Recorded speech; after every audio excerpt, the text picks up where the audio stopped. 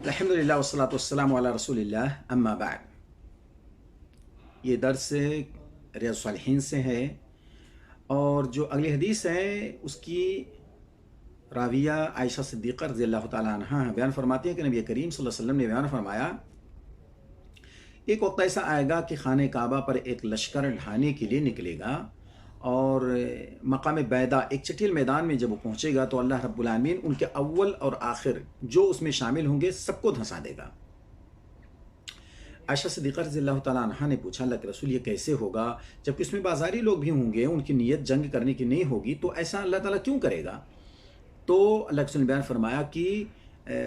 قیامت کے دن اللہ رب العالمین پھر ان کو دھنسانے کے بعد ان کی نیت کے مطابق اٹھائے گا، یعنی جن کی نیت لڑنے کی، خانہ کعبہ کو اٹھانے کی نہیں تھی، ان کے ساتھ یہ معاملہ نہیں کیا جائے گا، جن کی نیت ڈھانے کی تھی ان کے ساتھ یہ معاملہ کیا جائے گا۔ معلوم یہ ہوا کہ انسان کے ساتھ ہے ان کی نیت کے مطابق معاملہ کیا جائے گا، جیسے جس کی نیت ہوگی اسی اعتبار سے اللہ رب العالمین ان کے ساتھ معاملہ کرے گا۔ دوسری بات یہ معلوم ہوئی کہ ظلم و ستم کرنے والوں کا ساتھ اختیار کرنا یہ انتہائی خطرناک ہے، اس لیے کہ دیکھیں وہ اٹھانے والے کچھ لوگ ہوں گے اور ان کے ساتھ چلنے والے بھی ہوں گے، اور اللہ رب العالمین ان سب کو ایک بیگ دھنسا دے گا۔ یہ اپنے خانہ کعبہ کی اس وقت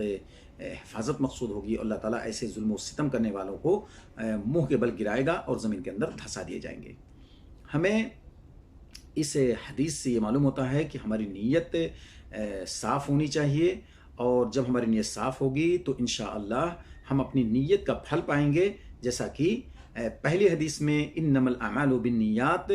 کو لا کر کے کلیئر کر دیا گیا کہ سارے عملوں کا دار و مدار